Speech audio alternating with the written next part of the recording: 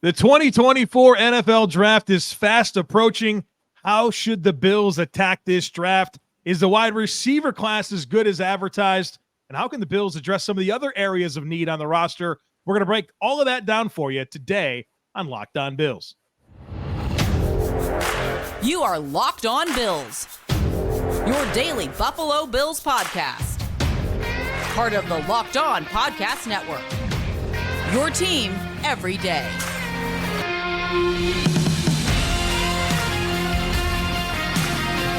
What's up, Bills Mafia? It's Joe Marino, author of Go Bills and Buffalo's Run, also the co-host of the Locked On NFL Scouting Podcast, and I'm your host of Locked On Bills. I want to thank you for making Locked On Bills your first listen every day, and a big welcome and shout out to our everydayers. You know who you are. Those of you who never miss a single episode, I appreciate y'all being here very, very much. I'd also like to invite you to subscribe or follow for free on YouTube or wherever you listen to podcasts. We're part of the Locked On Podcast Network, your team every day. Today's episode is brought to you by Game Time. Download the Game Time app, create an account, and use code LOCKEDONNFL for $20 off your first purchase.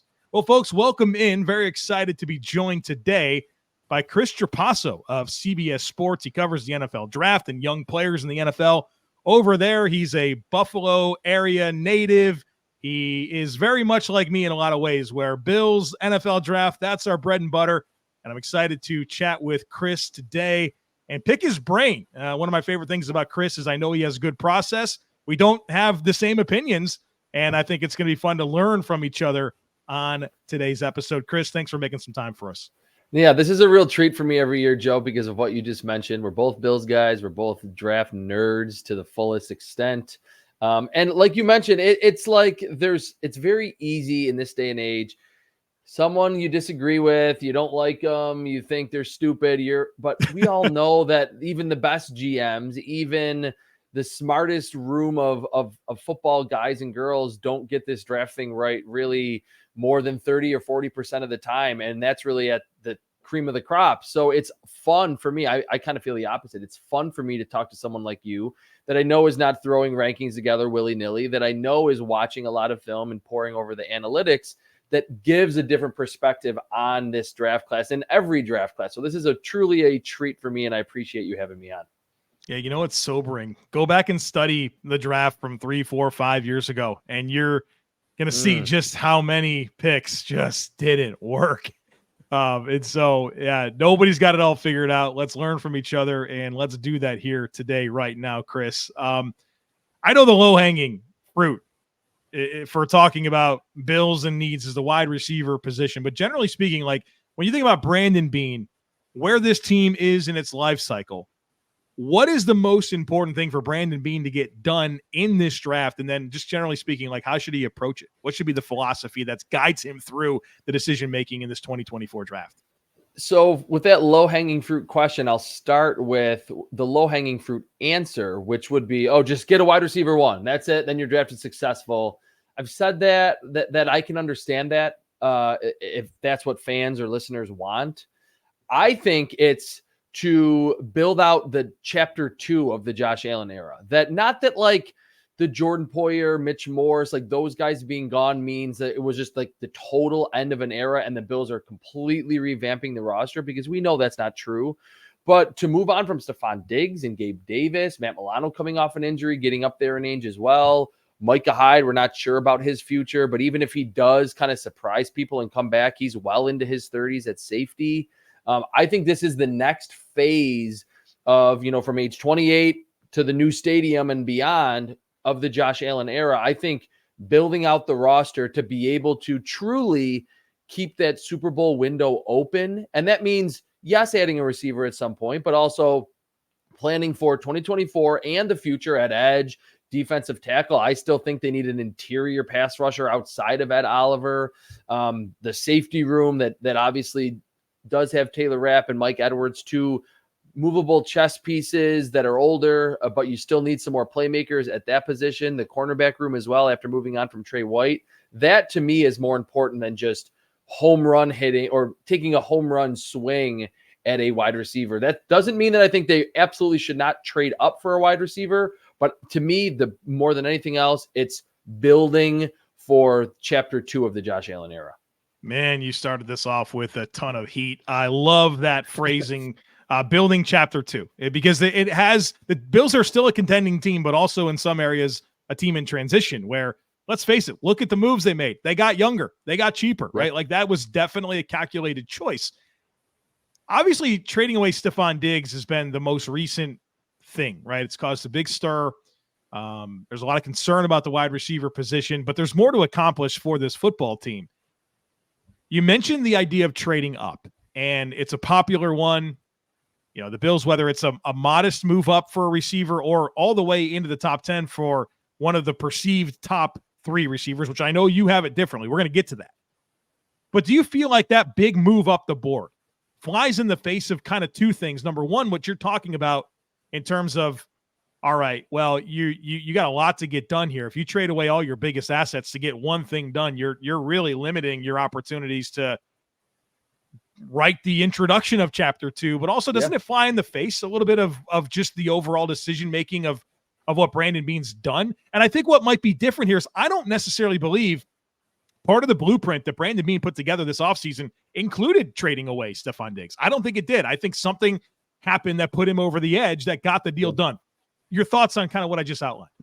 Yeah, so I mean, we've certainly seen Brandon Beane make those moves in 3 of his 5 years with a first-round pick as the Bills GM. He has ascended in the first round. But yes, I do think it does fly in the face of building out your roster. I'm literally wearing a trade down T-shirt that my wife made for me. And that speaks to more generally the idea that we mentioned in the intro that we've come to terms with, that we don't have it figured out. Like you mentioned, look back 2, 3, 4, 5 years at just what NFL teams did, a lot of bad picks. It flies in the face of all of those things. And I think after trading away Tyreek Hill, the Chiefs didn't go, oh my God, we need to trade up for the best receiver in this class or in that. They waited. They let the board come to them. And they even have a miss. Sky Moore is a miss. I love Sky Moore. I think a lot of us did. Yeah, He didn't turn out. But then they just rolled the dice again in the second round. They didn't get too antsy, and they got Rashee Rice. He's obviously facing, some off the field things now, but was very good last season, was one of the best yards after the catch receivers in football last year, and was a big reason why they won that second straight Super Bowl. So I think it does fly in the face of just continuing to build your roster. And I know that, and I've been of the belief, and I know you have too, that the whole, want to keep the fastball philosophy makes sense, meaning just continue to build to the receiver room. But I think with the age and now some departures that the Bills have had on defense and other positions, it is more important than ever to maybe use as many of those 10 picks as you can. So then in 2025, you're suddenly not in kind of a bad cap situation because you have such or more or an influx of cheaper talent on this Buffalo roster. You brought up the Chiefs, so I'll bite a little bit here. They trade away Tyreek Hill. They had 2 first-round picks that year. They picked a corner and an edge rusher. It was Trent McDuffie and George Karlaftis. Could you imagine if that's what the Bills did? Like, the Bills Mafia is going to lose their minds. But then, coincidentally, they win the next 2 Super Bowls. And it's funny to me that the first Super Bowl, their top receivers are what? Like MVS and Juju Smith-Schuster. They beat the team that had Devonta Smith and A.J. Brown. That's now a $50 million wide receiver tandem a year. Oh, by the way, the next year they win the Super Bowl with Rashee Rice and Marquez Valdez-Scantling, and they beat the team with Deebo Samuel and Brandon Ayuk. It's funny, right? I know that Patrick Mahomes guy certainly helps a lot, but you're seeing such contrasting ideologies with how teams are approaching the wide receiver position. Even look at Green Bay. You're seeing teams trading away stars and in some cases building through the draft. And there's other teams that are loading up. So, where are you on how the wide receiver market overall is trending? And is it just different team by team based on where they're at in their life cycle and where they're at with the quarterback? It feels pretty fascinating to me. It's very fascinating. And there's obviously more than one way to do it. I mean, the 49ers were right there in that Super Bowl. So are the Eagles, of course. Yeah. But it's fascinating. And it's a great question. I think I have leaned away from the Bills need a future X, like even pre-Stefon Diggs. It's funny how this works. Pre-Stefon Diggs trade, I was like, and I was with Jeremy White from WGR in that he was pushing whoever the Bills draft has to be the eventual number one in 2025, because this is going to be the last year with Stefon Diggs. But then again, going back to the last 6 games in the regular season and the playoff win against the Pittsburgh Steelers, the Bills were really spreading the football around. And I think, I mean, we'll see, but I think that is what they more want to do, as opposed to funneling the offense through one superstar. And like you mentioned, the money at the receiver position has kind of gone through the roof. It's very important of a position, but I think there's nuance to it in that there's a surplus of quality receivers in every draft. In free agency, you can obviously get them via trade. So I think the Bills, like the Chiefs probably do, and you mentioned Patrick Mahomes, of course, is the most integral piece to the back-to-back Super Bowls for the Chiefs. The Bills probably feel very similarly, if not the exact same, that the Chiefs do. Like, hey, we have Josh Allen. Look what he did with Gabe Davis, Cole Beasley, John Brown, Stefon Diggs. Khalil Shakir was a 5th rounder that was very obscure and was one of the most efficient receivers in football down the stretch. Whoever we plug in here, let's just plug in a lot more good pieces and let Josh Allen elevate their games, as opposed to trading for a Brandon Ayuk and paying him, or trading for a T. Higgins, or trading up in the draft and wasting extra picks. Let's just draft a receiver or 2, go the Chiefs, or like you mentioned very astutely, the Green Bay Packers route, and just have faith in our quarterback and the system getting the most out of them without mortgaging the future and having the rest of the roster kind of suffer. Well, we are going to get into some of these wide receivers that the Bills can draft. Kris has his rankings. We're going to talk about some of that here in just a moment, so be sure to stick with us. Have you ever considered what you would do if you had an extra hour in your day? Would you exercise, maybe catch up on some sleep, read, spend time with family and friends? A lot of us spend our lives wishing we had more time. The question is, time for what? If time was unlimited, how would you use it? The best way to squeeze that special thing into your schedule is to know what's important to you and make it a priority. Therapy can help you find out what matters most to you so you can do more of it. It's helpful for learning positive coping skills and how to set boundaries, and empowers you to be the best version of yourself. It's not just for people who have experienced major trauma. So if you're thinking of starting therapy, give BetterHelp a try. It's entirely online, designed to be convenient, flexible, and suited to your schedule. All you do is fill out a brief questionnaire. That'll get you matched with a licensed therapist. You can switch therapists at any time for no additional charge. Learn to make time for what makes you happy with BetterHelp. Visit BetterHelp.com/LockedOn today to get 10% off your first month. That's BetterHelp, HELP.com/LockedOn. All right, Kris, I guess I want to get into your wide receiver rankings a little bit and talk about some of these prospects. But first things first, is this a wide receiver or bust situation for you in terms of what they do with this top pick? Well, my last answer would probably hint that I don't necessarily think it is. I mean, do I think that receiver is the most likely position that they'll target in the first round? Yes. And it's kind of nuanced, because I don't think that this wide receiver class is like the greatest of all time, but I just still think that you can get quality players at this position in this day and age, in this class, with Josh Allen as your quarterback. So if Laiatu Latu or Chop Robinson or one of the D tackles, Byron Murphy, Johnny Newton from Illinois, are there, I to kind of align with my thinking that the Bills need to just build out the entire roster for the second chapter of the Josh Allen era. I don't think it is. They absolutely need to pick a receiver or bust. I think they kind of ran into that problem in 2022 going Kaiir Elam, when they could have said, hey, look, he's kind of, I mean, Brandon Beane did say he was their last first round grade, and we'll have to believe him on that. But I think that times where they have, or that is a time where they kind of telegraph that pick and they're like, hey, we need a corner, we need a corner, we need a corner. Yeah. Probably could have picked a corner later. That's kind of how I feel.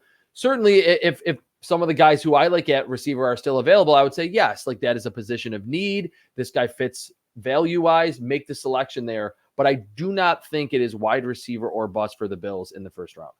Yeah, I think Brandon Beane in some of those post-draft press conferences even said his mailman was telling him that the Bills needed a corner. Well, yeah. Here you go. Here you go. There you go. That's what happens when you force yourself into a box. I agree with you. There's receivers I would love for the Bills to pick at 28. Sure. There's also a lot of, like, there's going to be higher rated prospects for me at other positions that might be there, and a wide receiver that would potentially be comparable at 60. You know, I think you have to kind of let the class, the you have to let the information that you've gathered about the class inform your decisions. And you cannot box yourself in. I think that's where mistakes are made. All right, your wide receiver rankings are interesting because, well, for a number of reasons, but we'll start at the top here where the conversation has been the big three, Marvin Harrison Jr., Malik Neighbors, Rome Odunze. You have those players very highly ranked, but you have another one in the mix here. Brian Thomas Jr., the wide receiver out of LSU, is your wide receiver 3 over Rome Odunze. I'm not going to sit here and try to make you explain to us that you don't like Rome Odunze. That's not what you're getting at. What you're telling us is that you love Brian Thomas. And so sell us on Brian Thomas and what you love so much about him that he's number 3 wide receiver for you in this class. Yeah, he checks a lot of my boxes. And I think, you and I can watch film, viewers can watch film. And I really don't believe that we would come away having different opinions on what we saw. I think it just matters what you value more. Yeah. And I'm a big advocate in yards after the catch.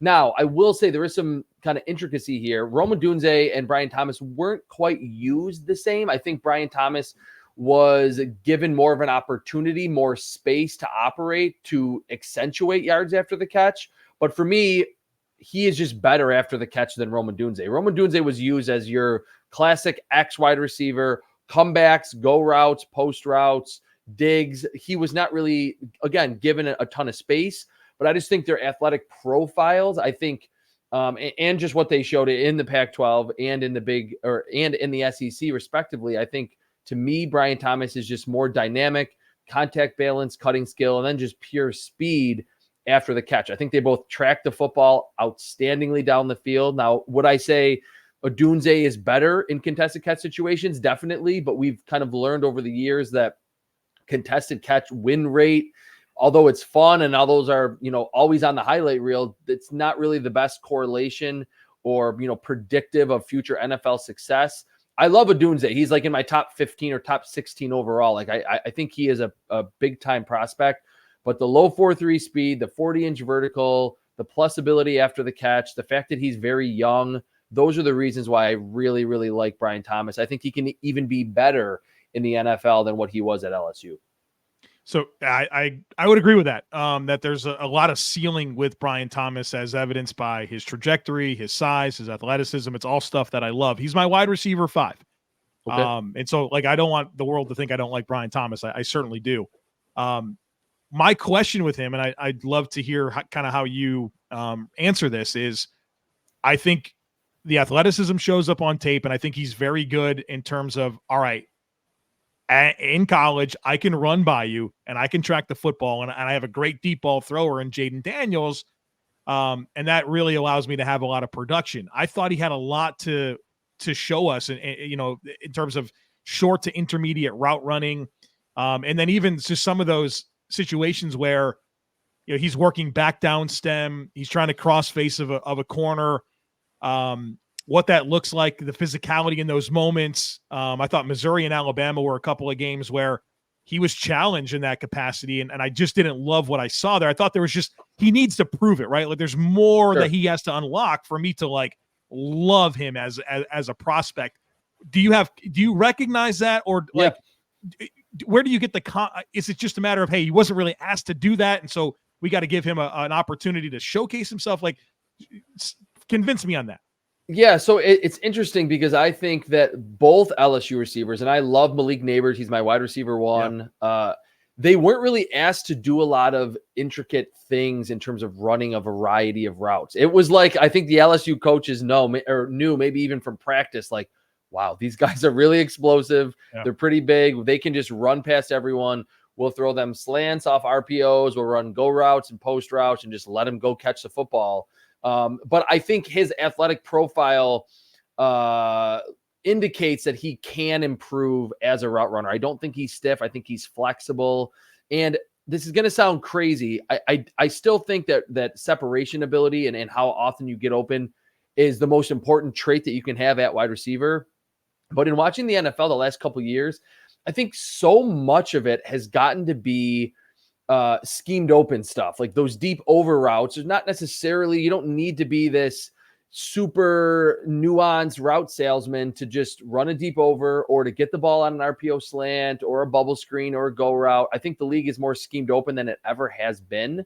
So it's not to say that I don't think it's important, but I think it's slightly becoming less important because a smart offensive coordinator, and we're expecting that Joe Brady will get those big time athletes the ball who are good in space or can just win over the top. And when you have a quarterback like Josh Allen, I think you don't necessarily need them to be as refined right away as they may have to be, year 2 or year 3. My wide receiver 4 is Xavier Leggett out of South Carolina. I'm in love. Okay. You have him as your wide receiver 12. Yeah. Everyone's heard from me on why I love him. Maybe you Okay. could talk about what you like. It's not that you don't like him. I hate boxing. I hate when people ask questions like, "Whoa, why don't you like Xavier Leggett?" I think that's so silly. What is it about Xavier Leggett for you that doesn't have you beaming quite like I am? Well, I think we just talked about separation ability. I see a little bit, or I saw a little bit of stiffness when it came to running those routes, but it's kind of a perfect segue because I think at South Carolina, they did a great job scheming him open. And we saw at 6'1", 220 with 4.39 speed, like what he can do when he hits the turbo button. And there's really not that many defenders around him, and what he was able to do in the SEC running away from many future NFL cornerbacks. That was really impressive to me. The fact that he is getting a lot of Deebo Samuel comparisons, and just I kind of lean on the numbers more than anything else when it comes to, all right, how elusive is someone? Because you can watch a few games from Xavier Leggett and go, oh my God, this is Deebo Samuel's clone. Like, he's made 3 guys miss in this game on 5 catches. Overall, 9 missed tackles forced on, I believe, 71 catches, which is not a crazy high rate. It's like 15%. And then just the 1 year of production and being a little bit of an older prospect. Now, it does seem like teams understand that the COVID year, the transfer portal is, like those are things, and that they're okay with players being older. The Bills picked Dalton Kincaid a few months before his 24th birthday last year in the first round. He was pretty good. But for me, I like to kind of gravitate toward the younger guys because, again, like you mentioned with Brian Thomas, being able to hit that ceiling, I think, is really important. So, yes, I still like Xavier Leggett, but it's interesting that we kind of maybe value things differently or came away with different observations from his film. Yeah, I understand some of the concerns there for sure. I recognize the missed tackles forcing. I just felt like he breaks so many pursuit angles. Like there were guys that just maybe didn't expect him to have the guns or the wheels that he has, and he certainly showcased them. So, all right, I'm going to prep you for a question because I didn't tell you I was going to ask you this. Then I'm going to tell everyone about a sponsor. The question I'm going to ask you is, who do you think the Bills love? Like, who are the realistic options? Maybe at the end of the first round is pick 60. They got a couple of 4th round picks. When you think about the players that are on Brandon Beane's radar that he would like to get, I want to talk about those prospects here in just a moment. So be sure to stick with us. You shouldn't have to worry when you're looking to buy tickets for your next big event. Well, you don't have to because Game Time is here for you, and it is the fastest and easiest way to buy tickets for all the sports, music, comedy, and theater events near you. My favorite thing about Game Time is like the last-minute ticket deals that you can get. Sometimes when you hear about an event, and I got 2 kids now, man. I know you got a couple of kids as well, Chris. I don't know if I'm going to be available on July 17th. I have no clue. And so it's nice to know that they specialize in those last-minute tickets, especially with like concerts. My wife and I love to go to concerts. And if we can go, we can buy a ticket at the last minute. Game Time is our go-to source for all of that. They have a very easy to navigate app. They give you a view from your seat and a best price guarantee. So take the guesswork out of buying tickets and check out Game Time. Download the Game Time app, create an account, and use code LOCKEDONNFL for $20 off your first purchase. Terms apply. Again, create an account and redeem code LOCKEDONNFL. That's LOCKEDON NFL for $20 off. Download Game Time today. Last minute tickets, lowest price guaranteed. All right, Chris. Brandon Beane's got some decisions to make at wide receiver. Who do you think he likes just based on, I know you know this team. I know you know Brandon Beane. I know you know this wide receiver class. How do you find those marriages? Who's he going to like? Well, we were kind of getting to the point where we had those prototypes where we could almost zero this in. I don't want to say perfectly, but now with Joe Brady in the first year as a full-time offensive coordinator, installing his offense, a bunch of new assistant coaches, it's not as easy. I think, though, They like Ladd McConkey, just that style, because he kind of gives you a blend of everything. He's good after the catch. The route running ability is there, decent speed. Now, he is a little bit smaller than what Brandon Beane was part of in those drafts at Carolina, but since he's been in Buffalo, have not prioritized size at receiver. It's been route running ability, quickness, being able to just get open for Josh Allen. And then at 60, defensive tackle, I feel like Kris Jenkins from Michigan, because he's such a good run defender, and it feels like the Bills really never want to be susceptible to the run. And they have signed some bigger bodies, obviously Austin Johnson, kind of chief among them, Daquan Jones being re-signed. But Kris Jenkins kind of feels like, to me, like I've kind of gravitated toward a former Bill, that he's like the Robert Woods of the defensive tackles. Like, he's going to be in the NFL for 10 years, maybe never be an All-Pro, maybe be a Pro Bowl alternate 1 or 2 years, just a quality player. He kind of feels like, with the NFL pedigree that he has with his dad playing in the NFL for over a decade, it kind of feels like Kris Jenkins is one that I've zeroed in on if they want to address defensive tackle at 60. I like you talk about a nice wide receiver at 28 and Kris Jenkins at 60. I would be through the moon with that combination of players. The Bills have a couple of 4th-round picks, which is fascinating. Who knows if they will when it's all said and done. I don't think the Bills are going to stick and pick 10 times, right? And we've seen Brandon Beane. He loves to trade those 4th-round picks to move around. I'm sure he's going to do it once again.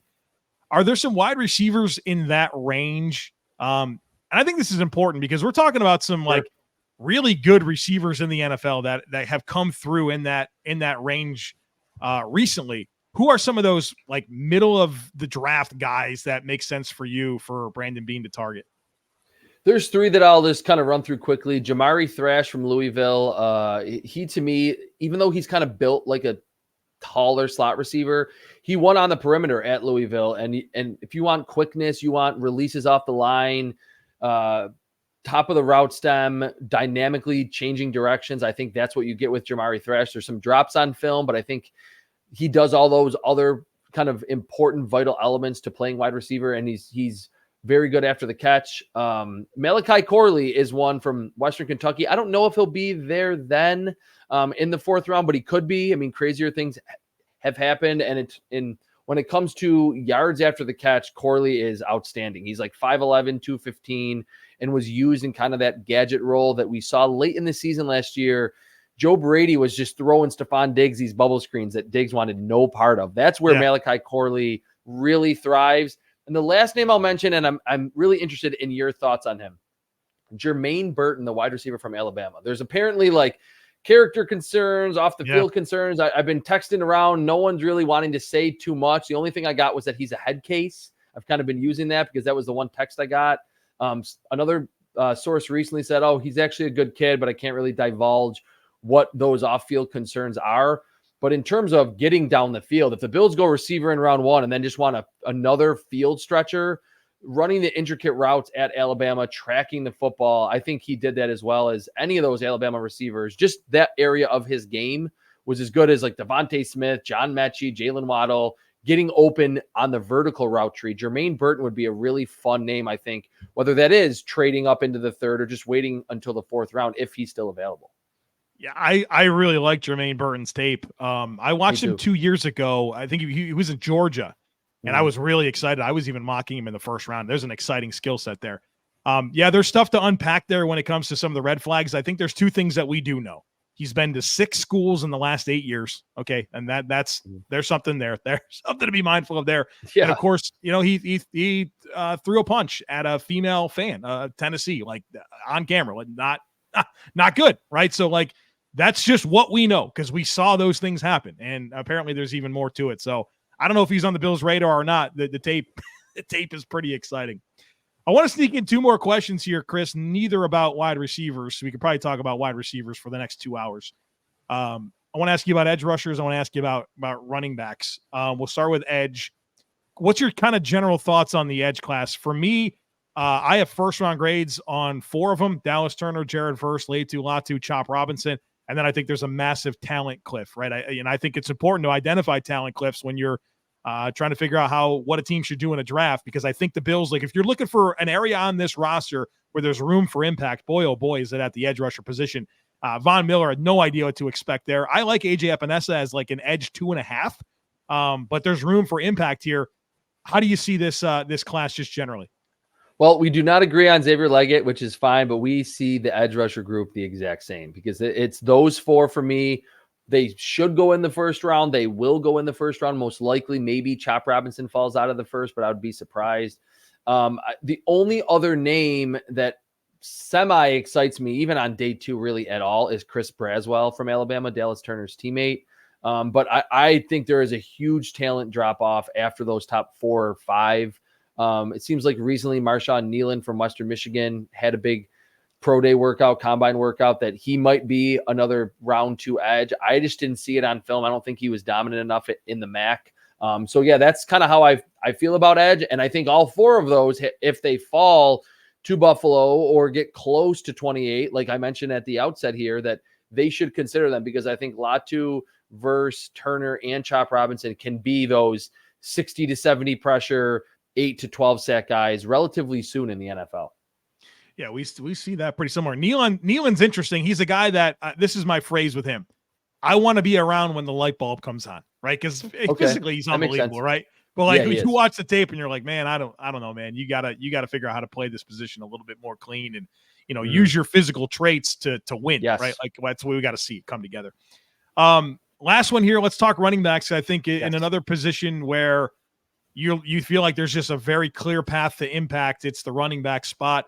Right now it's James Cook, Ty Johnson, and that's it. So at least one rostered player is coming. Not to mention you got 90-man roster to fill out. You got to get through training camp, preseason. There are backs to add to this roster. Not a good year in terms of like top-end running back talent. Not that I think the Bills should be in the market for any top-end running back talent, but mid-round running backs. First of all, what type of back do you think the Bills need? And then maybe some names for us to consider. Yeah, I think they need a little more size and then just pass protection ability. Not that those are the 2 top of how I like the top 2 elements of how I grade running backs. But I think James Cook, for as good as he is as a pass catcher, and I know there's been some drops, which he certainly needs to kind of get out of his game, but they drafted him for that reason. They want to use him out wide in the screen game. A lot of times he was like off the field on third downs because they're like, hey, they're going to be blitzing and he's just a liability in pass protection. Ty Johnson, I thought, was even better in that regard. So to me, there's 2 names that really stand out: Braelon Allen from Wisconsin and Kimani Vidal from Troy. To me, those are the 2 best pass protectors that I saw on film. And I think they're both pretty good running backs. Vidal's like a fire hydrant, like 5'8", 200 something pounds, big time feature back at Troy. I think the cutting ability is good. Braelon Allen is not quite the athlete, of course, that Jonathan Allen or even Melvin Gordon were coming out of Wisconsin, but he's huge. He's young. He like IDs blitzes like better than the quarterback sometimes or the center.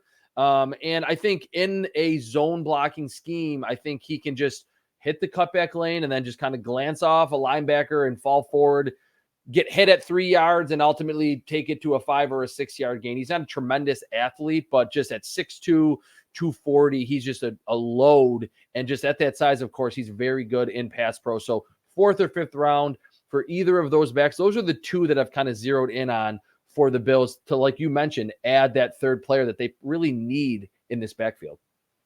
Well, Chris, we could probably talk for another 2 hours about all the possibilities that exist for the Bills in the 2024 NFL draft. I will say this. I'm going to bug you post-draft. We'll have a conversation about what the Bills actually did do and how it all works together in writing chapter 2 of the Josh Allen era. You got me. That's a great one. We're probably going to title this podcast that. So good nugget there, Chris. Great conversation. Really appreciate you giving us some of your time. And, of course, if anyone's looking for more Kris Trapasso, on X at Kris Trapasso. You feels like you're on One Bills Live quite a bit. Where can people keep up with your work, Chris? Everything CBS Sports, and then during the draft from rounds 2 and through pick 257 this year, I do the live draft tracker, which is tedious, but it's a lot of fun, just giving those real-time grades as the picks come in. All right, check him out. He's Kris Trapasso, an amazing guest. Thank you so much for being here, and thank you so much for listening to this podcast. Of course, I'll be back again for you tomorrow, so don't miss anything. I kindly ask that you share, subscribe, rate, and review. Have a great rest of your day. Go Bills! I look forward to catching up with you again real soon.